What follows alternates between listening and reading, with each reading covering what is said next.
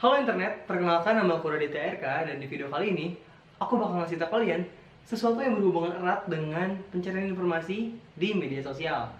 Semua hal yang ada di video ini adalah hasil dari penelitian yang udah aku lakuin beberapa waktu yang lalu. Nah, video ini sendiri dibuat sebagai tugas akhir dari salah satu mata kuliah aku di semester 3. Semoga para dosen sekalian menikmati video ini hingga selesai. Berkembangnya penggunaan media sosial pada zaman sekarang membuat cara manusia mengonsumsi berita berubah secara drastis. Kehadiran media sosial seperti Instagram, Facebook, dan juga Twitter membuat pola konsumsi berita menjadi lebih cepat.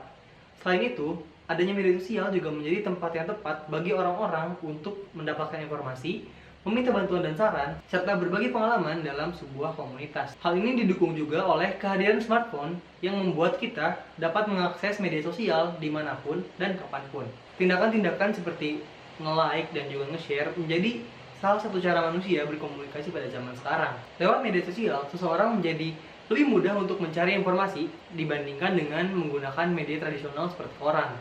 Hal ini membuat para jurnalis dan juga perusahaan-perusahaan berita mau tidak mau harus menyesuaikan dengan kondisi yang serba digital. Penyesuaian tersebut memunculkan istilah baru yang disebut dengan micronews. Won dan Ahmadi pada tahun 2019 menjelaskan bahwa micronews dapat didefinisikan sebagai sebuah pesan singkat berisi konten berita yang biasanya disertai dengan tautan untuk menuju kepada artikel lengkap dari berita yang disajikan. Nah, micronews ini seringkali berbentuk rangkuman dari sebuah berita yang sedang terjadi. Bentuk tersebut memungkinkan para pengguna media sosial untuk menemukan berita-berita utama pada timeline mereka.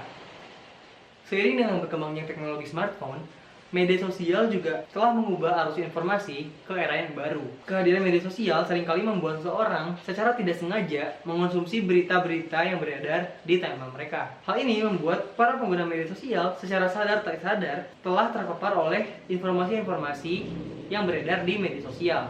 Salah satu penelitian terdahulu yang dilakukan oleh Ahmadi dan Won pada tahun 2018 menjelaskan bahwa individu yang menggunakan Facebook, YouTube, dan Twitter dengan tujuan selain mengonsumsi berita, juga mau tak mau ikut terpapar oleh berita-berita yang ada di media sosial tersebut. Hal tersebut menandakan bahwa fitur-fitur yang ada di dalam media sosial memiliki kemampuan untuk mengubah cara seseorang mengonsumsi berita serta motivasi mereka dalam menggunakan media sosial. Nah, sebelum menjelaskan tentang pengaruh micronews lebih jauh, aku bakal ngasih tahu teori yang aku gunakan selama aku ngelakuin penelitian beberapa hari kemarin.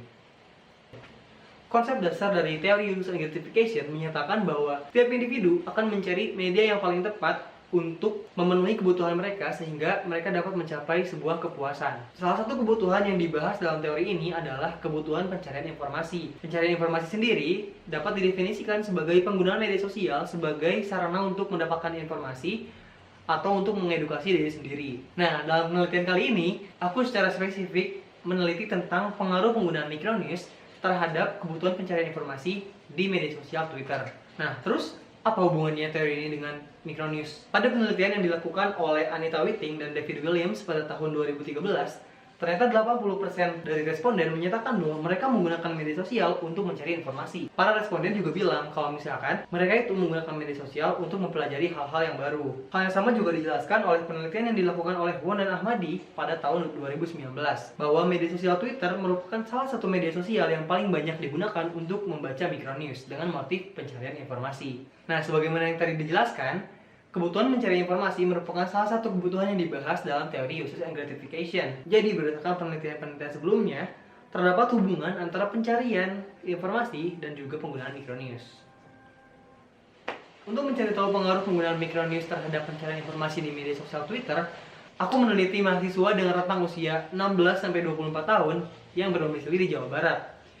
Populasi ini aku gunakan berdasarkan data yang aku peroleh dari itwurs.id yang menyatakan bahwa pengguna media sosial Twitter terbesar di Indonesia berada pada jarak usia antara 16-24 tahun. Dengan demikian, aku asumsikan bahwa orang yang akan aku teliti adalah orang-orang yang sedang dalam masa perkuliahan alias mahasiswa. Dengan populasi sebesar itu, aku menggunakan bantuan software bernama Gpower untuk menentukan sampel penelitian yang aku perlukan. Dan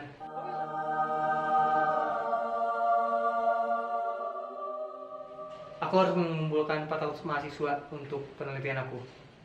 Untuk mendapatkan data sebanyak itu, aku menggunakan bantuan dari Google Form sebagai kuesioner online untuk mengumpulkan data dari berbagai daerah di Jawa Barat. Tapi sebelum aku ngumpulin data dari 400 orang itu, aku harus pastiin dulu nih apakah pertanyaan item kuesioner aku itu udah sesuai untuk mencari apa yang aku teliti. Aku menggunakan 30 respon yang pertama untuk melakukan 2 buah tes yang bernama uji validitas dan uji reliabilitas. Nah, singkatnya uji validitas itu adalah sebuah tes untuk mengetahui apakah pertanyaan yang akan kita gunakan itu bisa mengukur apa yang ingin kita ukur.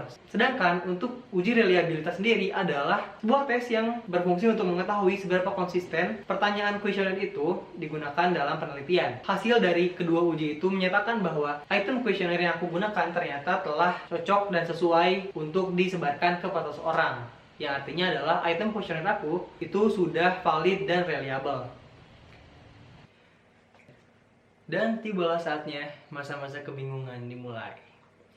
Di tahap ini, aku akan mengubah setiap data yang terkumpul di dalam kuesioner menjadi sebuah hasil dari penelitian.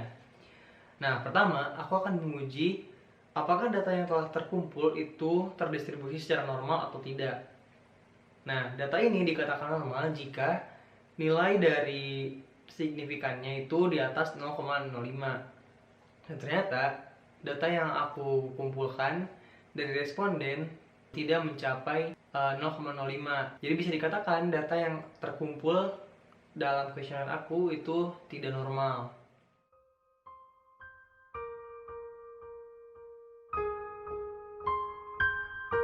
Nah, karena datanya nggak normal, aku jadi nggak bisa lanjut untuk menguji regresi atau uji pengaruh.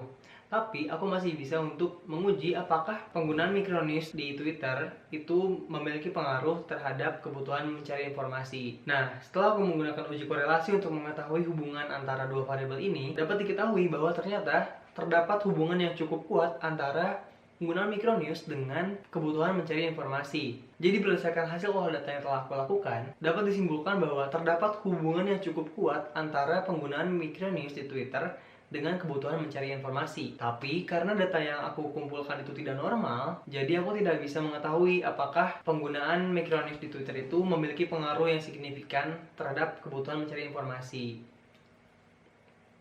Sekian hasil penelitian aku selama 1 semester ini. Aku berterima kasih kepada para dosen sekalian dan juga teman-teman karena telah membantu aku selama penelitian ini berlangsung. Aku juga meminta maaf karena ternyata penelitian yang aku lakukan itu tidak berjalan dengan sesuai harapan. Dan untuk menutup video ini, aku berharap nilai mata kuliah ini aman dan aku tidak harus mengulang penelitian ini. Dan sekian, terima kasih, sampai jumpa.